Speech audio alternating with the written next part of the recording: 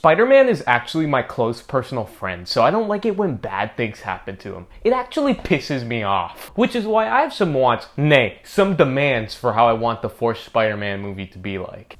Interior New York. Peter Parker's crummy apartment. I'm kinda sad or whatever. Doctor Strange barges into his room. Peter! It's me, I know you're Spider-Man. I remember everything. But how?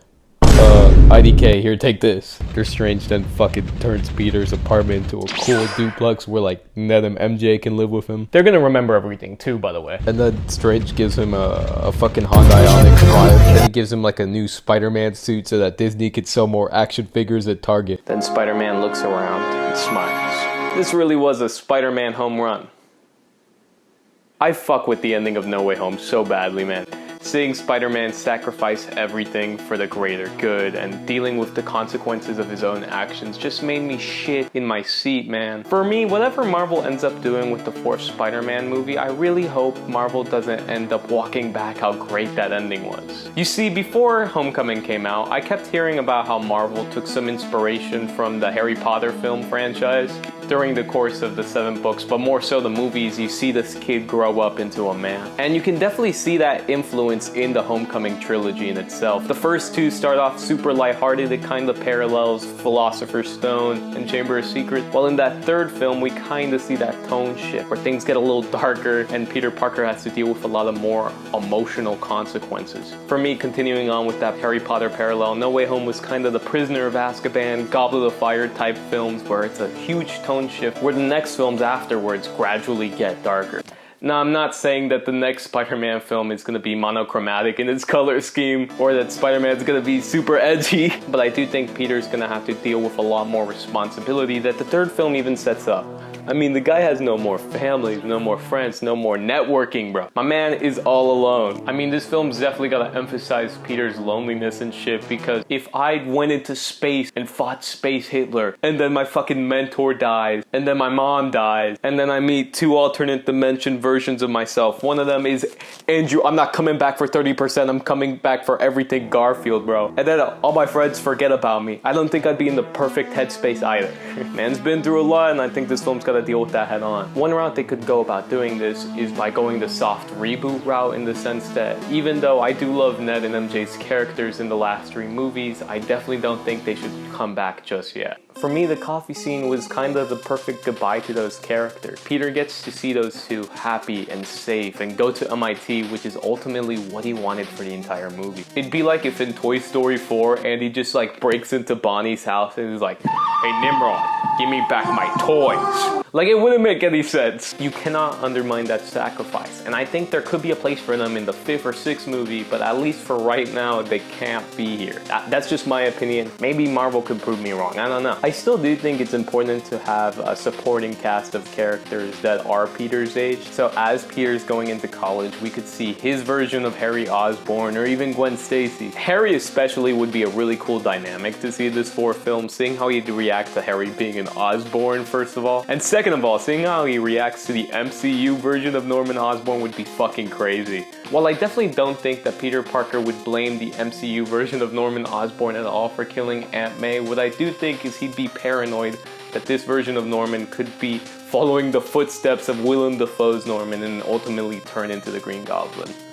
Like, he wants to prevent that from happening. I think that would be an interesting fresh take on Norman for us to not feel like, okay, we just saw this in the 3rd movie, we don't need to see this again. In a perfect world, he's running for mayor of New York. Let's fucking go, baby. Gwen, on the other hand, would be an interesting dynamic to see how this Peter post No Way Home would react to that. He would want to kind of distance himself from her, especially because he knows that in Andrew's world she dies, and also because I think he'd fear that any love interest he has, he'd put in harm's way. While I definitely don't think they'd be dating in the 4th film in any way, we're planting the seeds for a 5th or a 6th movie. I want a love interest for Peter for 2 main reasons. One, it heightens the stakes to have a personal relationship he can lose. And number 2 is because I've always seen Peter as the most relatable superhero. And I'm fucking hard. This is a lie. I am lying to you. In a perfect world, now that I don't think John Watts will helm this trilogy because he's busy with the Fantastic Four movie, I kinda would love to see Mark Webb direct it. Man, I just want that TASM Peter Parker and Gwen Stacy banter back, dude. But honestly, the film 500 Days of Summer is kind of the perfect tone for what I would want in a fourth Spider-Man movie. But obviously, Mark Webb isn't gonna come back, especially for a Tom Holland Peter Parker movie. Maybe for a TASM 3, we're not losing hope. I think another director would do a great job. Directing a fourth Spider-Man movie would be Kelly Fremont Craig, who directed Edge of 17. That film already kind of feels like it got the same prompt as Spider-Man Homecoming, which was, let's make a modern day John Hughes movie, but it goes about it in a completely different way. I definitely recommend checking out that movie. It's great. I think another great choice would be Max Barkbow. I hope I got that right. He directed Palm Springs, which is honestly one of my favorite films from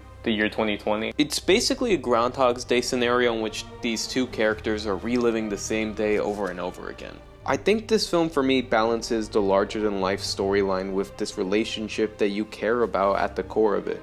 I also think the jokes are just genuinely really funny, and I think this director would do a really great job directing a Spider-Man movie. Villain. Now, I don't think it would make any sense right now for the next villain to be someone we've already seen in No Way Home. Like, I do want Norman in the next Spider-Man movie, but I don't want him to be the Green Goblin, at least not yet. And also, since Sony's already making a Kraven movie, I doubt he'd be the fourth movie villain. For me, it'd be awesome to just see some obscure, goofy-ass Spider-Man villain. I mean, all Spider-Man villains are kind of goofy at their core. The fucking Vulture is just some old angry man. So for me, I'd love to see characters like the Chameleon, Rhino, the Spot. I'm still not over this. But honestly, I think the perfect choice is Scorpion. For those who don't know, Scorpion is kind of an obscure Spider-Man villain who's been teased since Homecoming, Matt Gargan. Dude, Scorpion showed up in Homecoming for 10 seconds when I'm gonna beat up Spider-Man, and then dipped.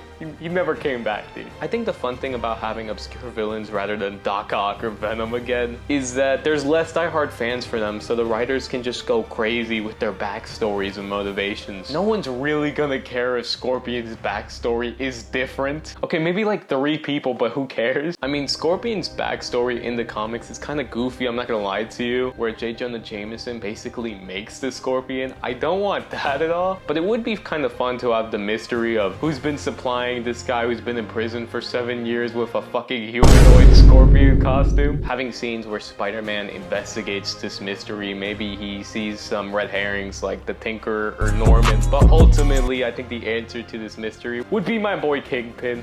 I'm not saying I want Daredevil in this movie or I want Kingpin to be the main villain. That can come into this 5th Spider-Man movie, but this is just a little bit of setup with Scorpion being the main villain. The Symbiote. So you know how I said that I don't want Venom to be the villain? I was lying to you 2 minutes ago. I'm a little liar. Just not Eddie Brock, but I'll get to it. I've always been a huge fan of the symbiote story in Spider-Man. Dude, as a kid, Spider-Man 3 was my favorite superhero movie, no contest. And Spectacular Spider-Man. Dude, the symbiote arc was insane, bro. So I do want to see how the MCU adapts that arc. I think it's important for the symbiote to be its own character like it is in the Venom movie and other adaptations of the symbiote story. This is because Peter's got no one else to confide in for the superhero shit. I mean, Aunt May's dead, and everyone who knew he was Spider-Man has at this point forgotten. I think it's kind of important for Peter to confide in someone, even if it's the symbiote, to clue us in on some important exposition and show us how Peter's feeling. I mean, of course, I want this to be demonstrated through Peter's action, but dialogue is definitely important too. And I feel like the symbiote is the only way for Peter to vent out his frustration without like a narration like we see in Spectacular Spider-Man. I never asked to be Spider-Man. I never asked for these powers. I never knew it would mean a bashed up hand, a hard 9 p.m. curfew, no job, and friends who all think I'm scum. It's just an easy way to clue us in on how Peter's feeling at any moment. Peter's at an all-time low, dude. My man's got no family, no friends. This is the perfect time for a symbiote story. Which also means, congratulations, Disney. You got an organic reason for why Peter gets a new fucking suit. Now, because I want the symbiote story, that doesn't mean I want an MCU Eddie Brock. While I do like Eddie Brock, I think it'd be a lot cooler and more fresh and interesting to make the Scorpion MCU's Venom.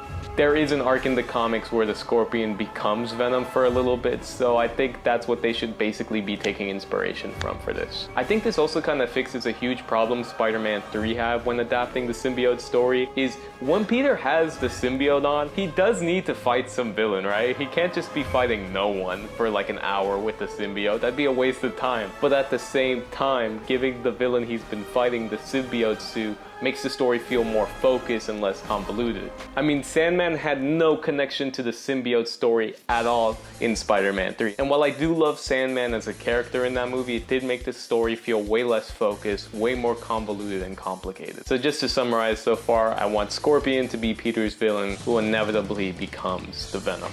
Daily Bugle. Bro, please give us the fucking Daily Bugle back. Those were always the best parts of the Sam Raimi films, and man, it's not enough for me to just see J. Jonah Jameson on a big screen that Peter's watching. I need Peter to work for JJ. That dynamic is the fucking best. I mean, Peter's got no references, no job experience. Man, does the man even have a birth certificate? No one's gonna hire this man except for J. Jonah Jameson, who does not give a shit about any of that. He just wants good pictures and videos of Spider-Man, which Peter's the only person who can supply him with that. Dude, that stuff was the best part of the Sam Raimi trilogy, and I need more of that. Thank you for watching this video. If you want to see a video where I try and predict how the 2022 films are gonna go, you can watch that right here. Also, please like and subscribe. That would be great.